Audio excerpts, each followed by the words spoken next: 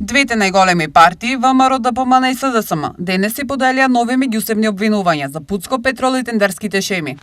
Најголемиот скок на имотот на Путско Петрол е во период на владење на Зоран Заев со влада во која министер за здравство е Венко Филипче.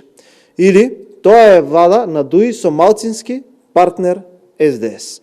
Токму во тој период, според јавно достапни информации, Путско Петрол во 2021 година имала вкупно приходи од 48 милиони и 133 илјади евра, што е за 40% повеќе во однос на 2020 година.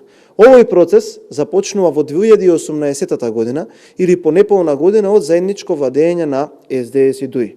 Го пуштаат да излегува на пресконференции и да зборува за профитот на Путско Петрол, додека институции и општини раководени од ДПМН имаат склучено над 170 договори за тендери со истата компанија.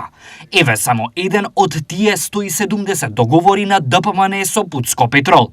Министерството за образование и наука, подпишано од Весна Јаневска од ДПМН, склучен на 31.12.2024 година, со Путско Петрол тежок 2 милиони и 500 илјади денари или 40 илјади евра. Стои во сопштенијето на СДСМ.